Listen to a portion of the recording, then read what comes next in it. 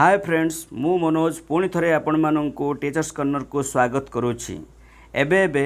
पुणी थरे director of elementary education Odisha Bhubaneswar तरफ रु प्रमोशन को नहीं पुणी एक क्लारिफिकेशन चिठी आसी।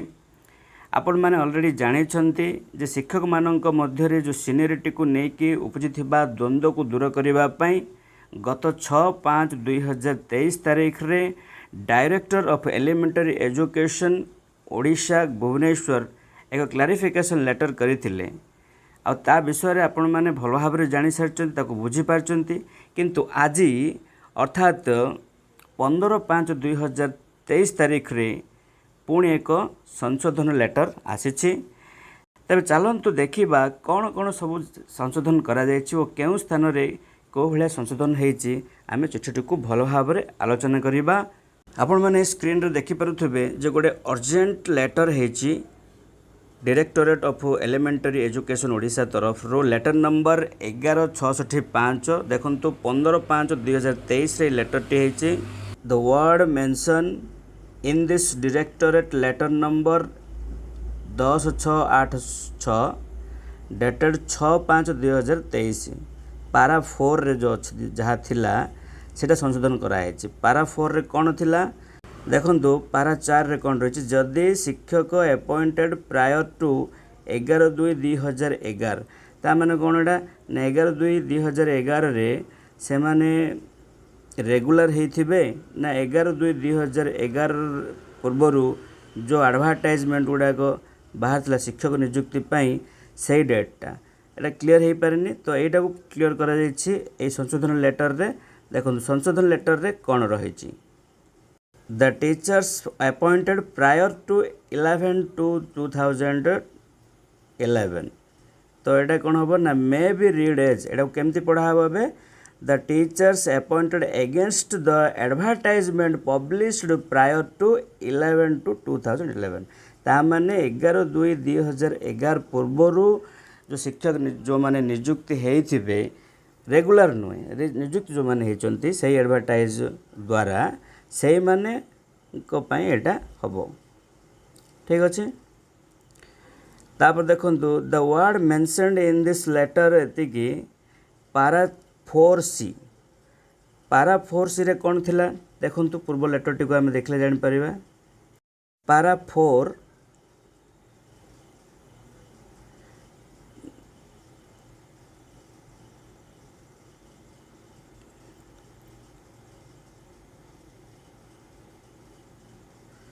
देखो पारा 4C माने एटी ग माने सी ठीक है जो माने हायर क्वालिफिकेशन अर्थात बीए किंबा बीएससी इन सर्विस रे करिवे अर्थात 11/2/2011 पर करिवे एवं ऑप्शन नेबे ग्रेजुएट टीचर हेबा पई सेमानंको ओटीईटी 2 पास करबा को पड़िबो और सीनियरिटी सेमानंकर ओटीईटी 2 पास जेबे हेचंती सेही डेट तो धरा जिवो बोली के हमर प्रथम चिठी रे थिला ठीक अच्छे। बर्तमान नुआ चिठी कौन अच्छे देखो यहाँ पारा 4C संशोधन होगी देखो ये may be read as the teachers appointed against the advertisement published prior to 11/2/2011 माने 2011 11/2/2011 सुधा जो जो एडवर्टाइजमेंट होता से अनुसार जब शिक्षक नियुक्ति पाई था तो से कौन हेबे ना are excepted from passing Odisha teacher eligibility test 1 and Odisha teacher eligibility test 2 तो सेमानक पई आउ कौन हम ओटीईटी 1 और 2 लागू हेबनी and there inter seniority will be counted from the date of regular appointment तो रेगुलर अपॉइंटमेंट जब होती सेठू से सीनियरिटीटा काउंट हम ठीक अच्छे। आउ गोटे देखु आउ कौन संशोधन कराई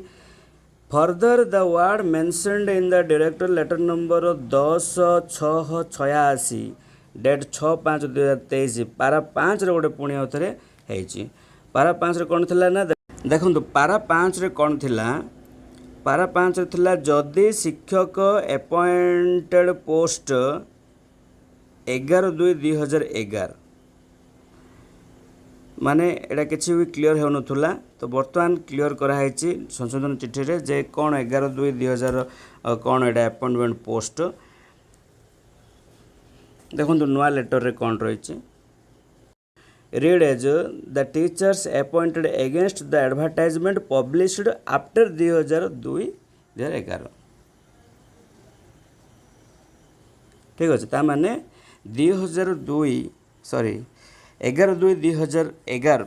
पर जदि एडवर्टाइजमेंट द्वारा जदि टीचर मैंने अपॉइंटमेंट होती से जिनसा लागू हम ठीक अच्छे आशा करुचे वीडियोटी आपण मानक बहुत भल लगी एवं समस्त प्रकार जहाँ डाउट थिला ताहा मध्य क्लीयर हो जाइथिबो तेणु वीडियोटी को शेष पर्यंत देखला पर निश्चित भाव गोटे लाइक करंतु और निजर सांगसाथी मानक मध्य शेयर कर दिंतु पुणी थे देखा हम एमती एक रोचक वीडियो रे रहिले नमस्कार।